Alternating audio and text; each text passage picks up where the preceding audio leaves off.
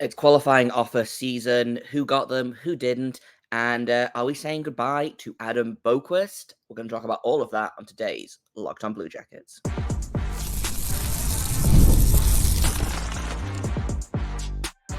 You're Locked On Blue Jackets, your daily podcast on the Columbus Blue Jackets, part of the Locked On Podcast Network, your team every day. Hello and welcome to Locked On Blue Jackets, part of the Locked On Podcast Network, your team every day. I am, as always, your host, Jay Foster, here to give you the good, the bad, and the ugly about your favorite team and mine, the Columbus Blue Jackets. Before we get started, I want to thank everyone for making this your first listen of the day every single day. Locked On Blue Jackets is free and available on all podcast platforms and over on YouTube. I also have to let you know that today's episode is brought to you by FanDuel.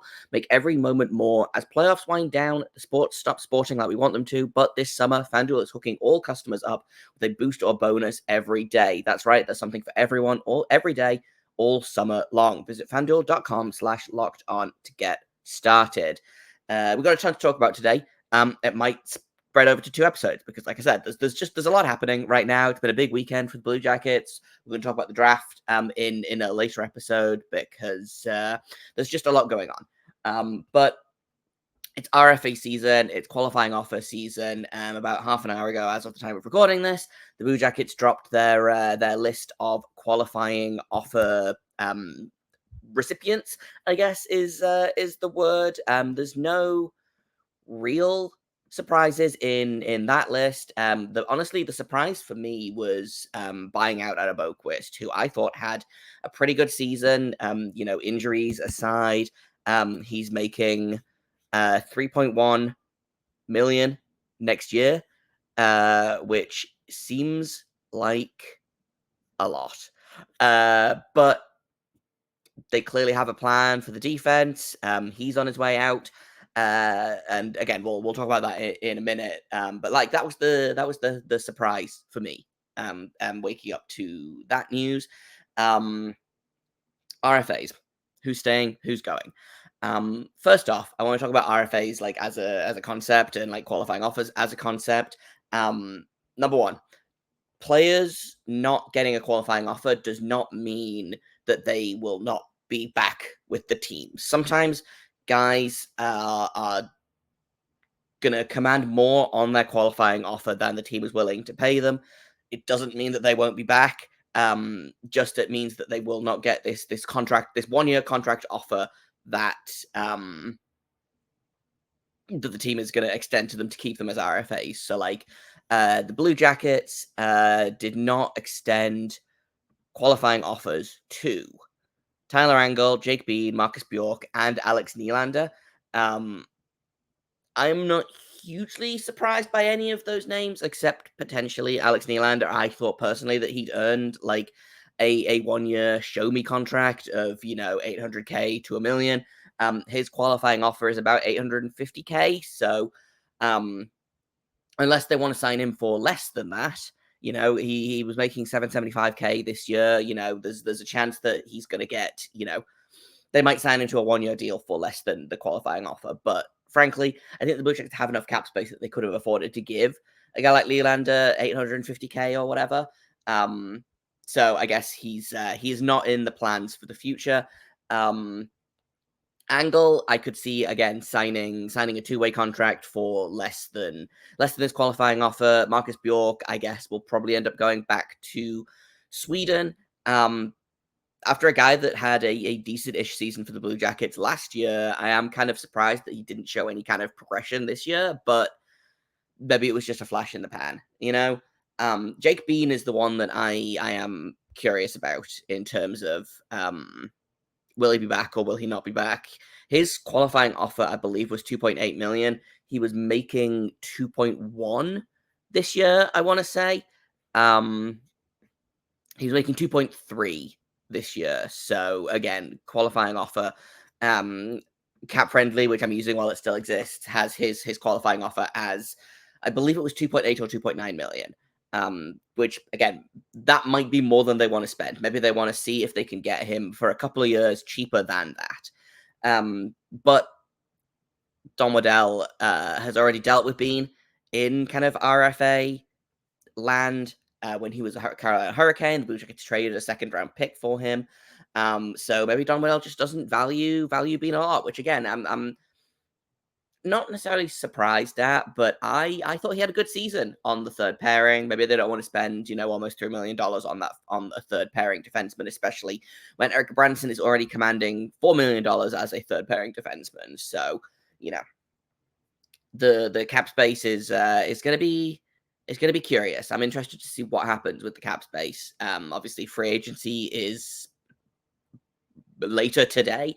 So we'll talk a little bit about that later on as well. And I also want to talk about Jake Bean a little bit more later on. In terms of the RFAs who got offers, no real surprises on who did get offers, frankly. Jake Christiansen, Jack Greaves, Ken Johnson, Kirill Marchenko, and Cole Sillinger all get qualifying offers.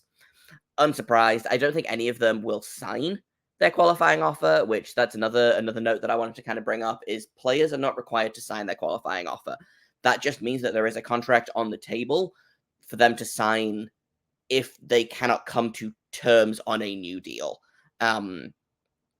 So, for example, Patrick Laine is a really good example of this, actually. Not last season, the season before, he was an RFA in his second season with the Blue Jackets, signed his qualifying offer, which I believe was 7.5.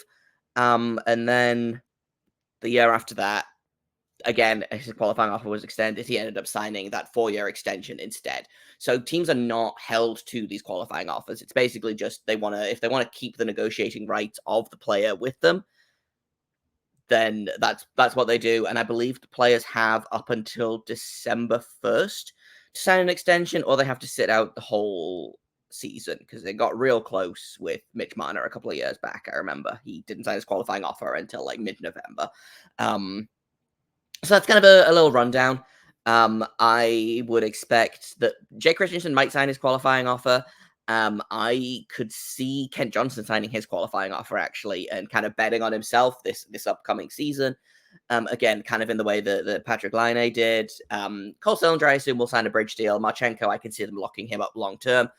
Jack Greaves, I think, will probably get, a couple of years, 2-way contract, maybe a 2-way contract in the first year, one-way contract in the second year, which, just as a reminder, 2-way contracts does not mean that they can play in both leagues. A 2-way contract means that they get paid a different amount based on them being in the NHL or the AHL.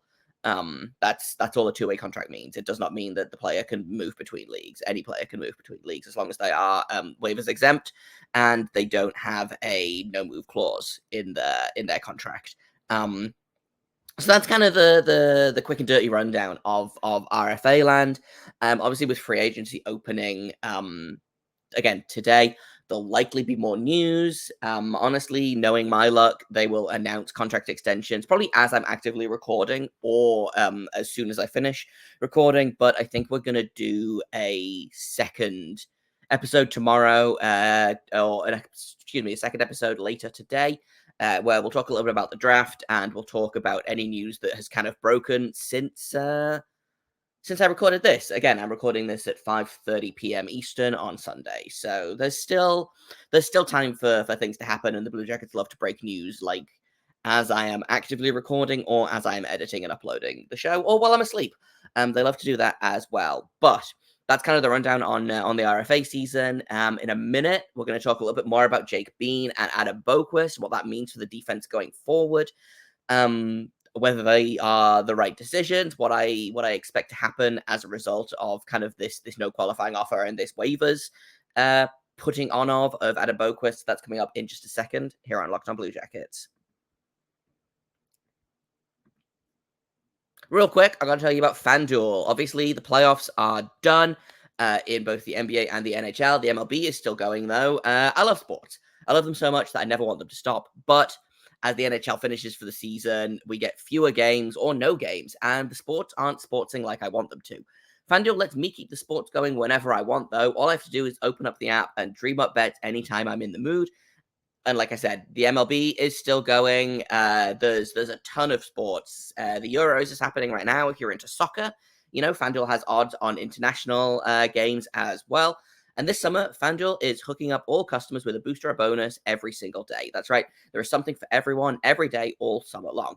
Head over to FanDuel.com/lockedon and start making the most of your summer. FanDuel, official sports betting partner of Major League Baseball. Welcome back to Locked On Blue Jackets. We are talking all about RFA season, UFA season, waiver season, apparently. And I want to talk a little bit about Boqvist and Jake Bean, who both of them never really panned out into the defenseman I think that we wanted them to be. And I do think partially that Boqvist never really had a chance to kind of really get momentum for anything. He got injured a lot. That 27 jersey curse, I'm more and more considered like that might be real. You look at Ryan Murray, you look at Boqvist, I'm like, man, maybe 27 should just be like unofficially retired in the organization. But he showed flashes of being really good. I liked him with Werenski a lot this season when those two were together. But it's a crowded blue line in Columbus. David Jiricek is knocking on the door. Then Matejchuk is knocking on the door. I think I talked about this a little bit on Twitter yesterday. There is the chance that Jake Christiansen is making a push. He is really on the cusp, I think, of being a guy that is going to get tired of being in the AHL. I like Jake Christiansen's game a lot. He didn't wow people when he got limited action this season, but I think the potential is there, and he's definitely a guy that I could see. And he's going to be cheaper than Boqvist. He's going to be cheaper than Bean as well. So, I could see a world in which they want to maybe see what they have in Jake Christiansen. So there's a lot of names in the mix. Boqvist, I thought, was a candidate for trade. I thought Bean was a candidate for being traded as well. Neither of those things happened, which surprised me. If you got a 4th-round pick for Texier, you're telling me that you couldn't get anything for Boqvist or the signing rights to Jake Bean. I don't know. Weird. But NHL GMs are going to NHL GM, and Texier plays that kind of game that they love. So maybe I'm not that surprised about it.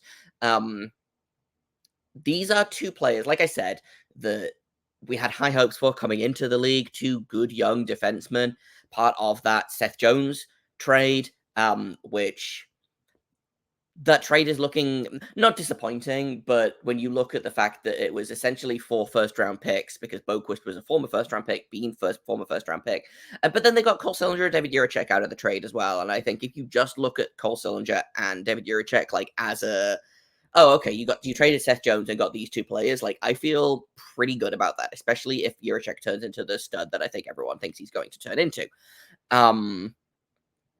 That being said, disappointing that Boqvist and Bean didn't pan out. I am surprised that I am more surprised by Boqvist being on the move than I am by Bean being on the move. Because, like I said, Boqvist showed a lot of flashes in the NHL, but couldn't stay healthy. Meanwhile, Bean, I think, was less inconsistent, but had a lower ceiling. Like I said, I thought he was a perfectly fine third-pairing defenseman. I really liked that combo of Bean and Gabranson this season on the third pairing. I thought they did a pretty good job. But again, if you're going to spend a combined almost $7 million on a bottom-pairing defenseman, maybe that's not the way to go, and they're not moving Eric Gabranson. Whether you want them to or not, that's just not happening. That contract is not super movable. The team loves him. He provides leadership, and honestly, I think he had a pretty good year this year. Was it $4 million worth of a year? Probably not, but hey, the Blackhawks are doing the same thing with Nick Foligno, so, sometimes you just got to overpay for an old guy to look after the babies on the team. Jake Bean is an interesting case, and I kind of talked about this a little bit with the RFAs that are being qualified versus not being qualified, and there is still a universe where Jake Bean returns to the team on a lower contract than the 2.8 or 2.9 that he was going to get with that qualifying offer. I could see them signing him to maybe 2 years at 2.5, for example, or 2 years at less than that. Chances are he'll go. I don't think Don Waddell has any interest in negotiating with Jake Bean based on kind of some of the things that I've heard around the league, around, just the rumblings from various insiders and people that I've talked to. I don't think Don Waddell rates Bean as a future core piece. And again, like I said, there's a ton of guys knocking on the door. And something's got to give at some point, and if you assume that Werenski, Severson, and Gabranson are the locks for 3 spots, and you have three young defensemen that are ready to potentially step up in Juracek, Matejchuk, and potentially Christiansen as well. Like, you got to make room for them. Provorov is still knocking around. I could see him being a candidate at the trade deadline this coming season. But I could also see him move this summer, depending on, again, what happens at training camp, what happens at development camp, which is next week. Like, if Denton Matejchuk comes in and, like, wows literally everyone, and they're like, wow, no, we have to give this kid a roster space. Like, I could see them potentially stepping up efforts to move a guy like Provorov to make room in the top four for Matejchuk. So while I do think there is a path for Jake Bean to return, I'm not putting my money on that. I think he probably becomes a UFA. I think he goes somewhere else. Where? I'm not sure. I could see him potentially going back to Carolina. Actually, the team that drafted him, if they lose both Pesci and Shea, they're going to need defensemen. They're having a really confusing offseason, actually. So we'll see what happens there. One final thought on Boqvist specifically, and I guess Bean as well a little bit, is if they end up losing him on waivers, then he will not count to the cap anymore, obviously. If they buy him out, cap shenanigans means the Blue Jackets will actually gain about $60,000 in cap space, which is very funny. So if you take Boqvist's cap hit off, that gives the Blue Jackets, after signing Chinakhov to that deal, they have $24.275 million to give contract to Kent Johnson, Kirill Marchenko, and Cole Sillinger, potentially Jake Christiansen if he makes the lineup. And Jack Greaves, I think, is going to be in Cleveland for most of, if not all of the year. But again, I could see a two-way deal for him as well. So, but Christiansen and Greaves are not going to break the bank. If either of them make more than $1 million next season, I'll be shocked. So essentially, and even if you do, let's say for argument's sake that they do that, they've still got over $22 million for Johnson, Marchenko, and Sillinger. And then, I could see all three of those guys coming in at under 12 million combined, which leaves them $10 million to play with in free agency, in cap space, in case of drastic injury. And then obviously, do they move Patrick Laine? If they can get out of that without retaining. But I think, again, moving Boqvist gives them a little bit of flexibility in terms of both retaining on Laine if they need to, and I think it also makes the Merzlikins contract, I talked about this on Twitter, it makes the Merzlikins contract a little bit more palatable, if I'm honest, because if you have, if you're right up against the cap, the Merzlikins contract, you're like, wow, why are we spending $5 million on this goalie that hasn't performed up to that standard basically ever? But if you have $10 million in cap space, then you're like, oh, okay, the contract sucks, but it's not the end of the world, And I think that's kind of the same thing with Laine, is if you have $10 million in cap space, and I think, Don Waddell, we'll talk about free agency in a second. Don Waddell, I think, wants to go out and get a defenseman and a forward, and we'll talk about, what that kind of means for the team in a second here. But maybe they retain on Laine. They have one remaining spot for salary retention because Wenberg is still on the books right now for the next 2 seasons. If Boqvist clears waivers, they're going to buy out his contract, so he'll be on the books for this season and next. So they will have one spot left, and I could see Laine being that spot. If that means that they can get a better return by retaining salary, like, I'm okay with it. They have the money. I think there's still conversations going around on Martin Necas, who the Blue Jackets were in serious conversations with. So we'll see again what happens there. But the Blue Jackets have a lot more cap flexibility than I thought they were going to, honestly, which is almost definitely a good thing. Now, how are they going to spend the rest of that cap? I want to talk about that in terms of free agency, and we'll do that in just a second here on Locked On Blue Jackets.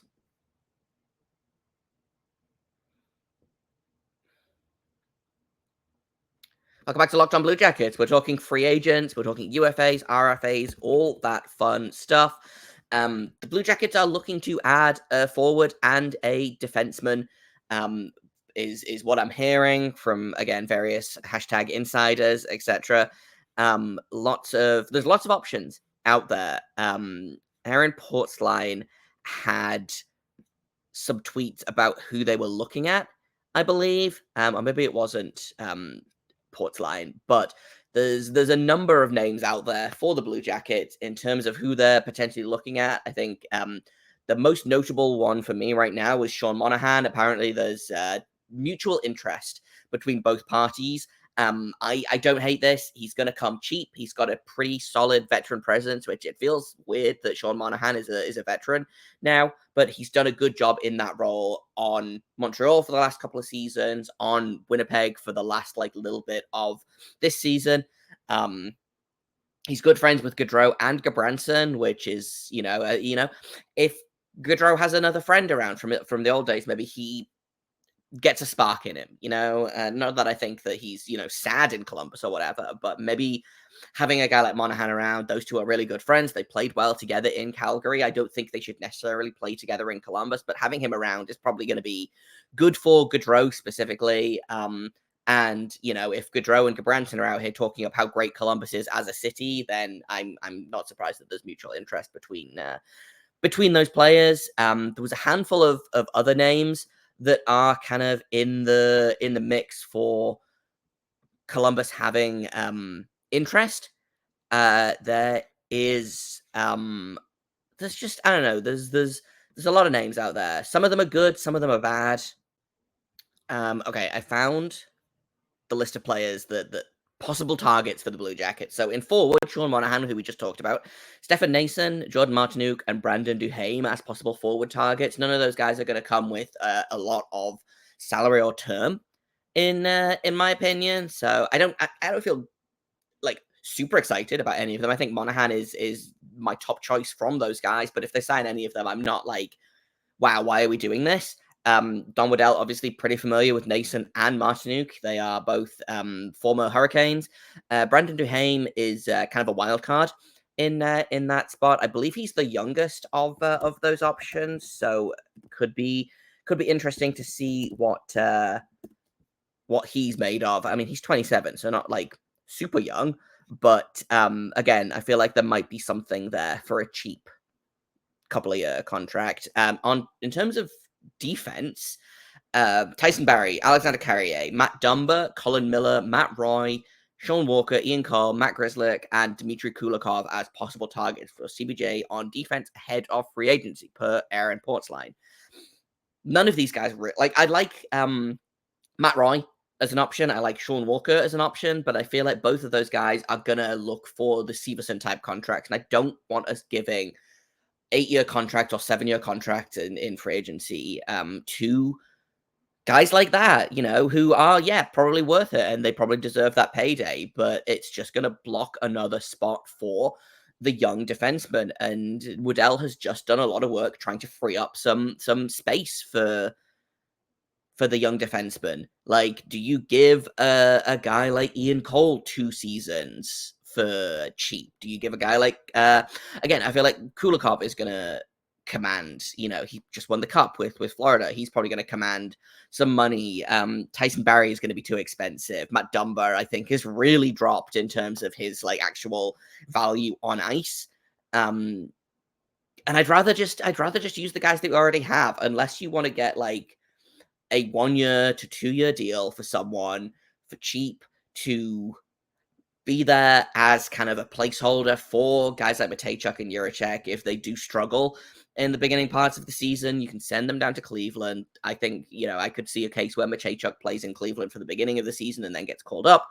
And sometimes it's good to have a Scott Harrington type, of a dude that plays maybe 25 games a year, but is that 7th defenseman that can jump into the lineup if you need him to.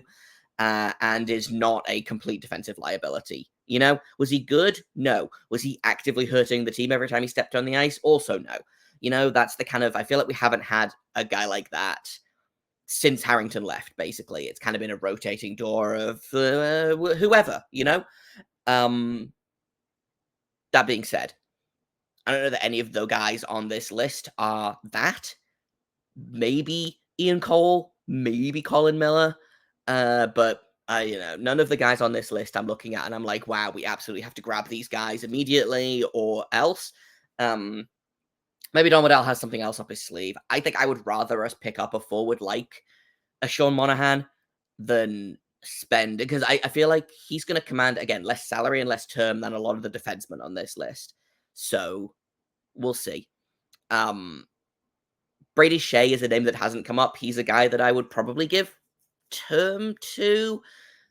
But again, I think he's probably going to command more term and more salary than we want from that. Like, if I had to pick a guy on this list, I'd probably pick one of Roy and Walker. Probably I'd take Roy over Walker. But again, that's all kind of depending on how much money he wants for how long. Because I assume he wants a fair amount of money for 7 years. And I don't know that the Blue Jackets should be giving another, aging-ish defenseman max term, because we're already locked into Severson for the next 7 years, which is what it is. But we're already kind of, and we're not in like super cap hell right now because of, we talked about the flexibility later on, but you have to think about who's coming down the line. Next season, for example, Dmitry Vronkov is going to need a new contract. Daniil Tarasov is going to need a new contract next season. The season after that, Adam Fantilli is going to be up for extension. Gavin Brindley is going to be up for extension that season as well. Igor Chinikov is also going to be up for another extension then. Boone Jenner is going to need a new contract if he sticks around. Like, you don't need to spend to the cap this year. If the Blue Jackets looked like they were going to contend for the cup this year, then by all means go out and spend to the cap. But this is a growth year. This is a step forward year. Spending to the cap is not a necessity, So maybe you just keep some of that money for emergencies, or keep it so you're not locked in and, 2 years down the line, you're like, oh no, I need to give Adam Fantilli $9 million for the next 8 years. What do I do now? I don't have that money.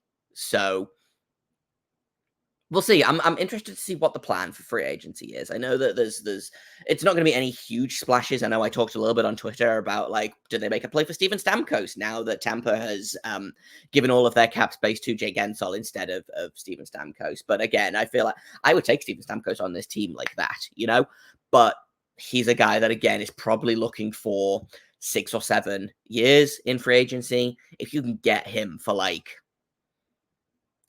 maybe $4 million for 5 or 6 years, like, I would consider that maybe, but I wouldn't break my legs running to the phone about it, so we'll see. Lots of options. Again, something will happen as soon as I hit stop recording on this, because that's always how this works, but that's kind of all I've got for now. Like I said, we're going to get another episode out later today, talking a little bit about the draft, about the Blue Jackets moves at the draft. They had a couple of trades. They had some exciting picks that I want to talk about. So we're going to do that later on today. But that's all for now. Thank you for listening, for making it your first listen of the day every single day. Locked on Blue Jackets continues to be free and available on all podcast platforms. We are over on YouTube. We are on Sirius XM. We are on every single podcasting app you could possibly think of. And I've been Jay Foster. You can find me on Twitter at _Jacob Foster, JAKOBFORSTER. You can find the show at LO_Blue Jackets on Twitter. If you have comments, questions, criticisms, you can email me at lockedonbluejackets@gmail.com. Thank you once again for listening. And until tomorrow, make sure you stay locked on.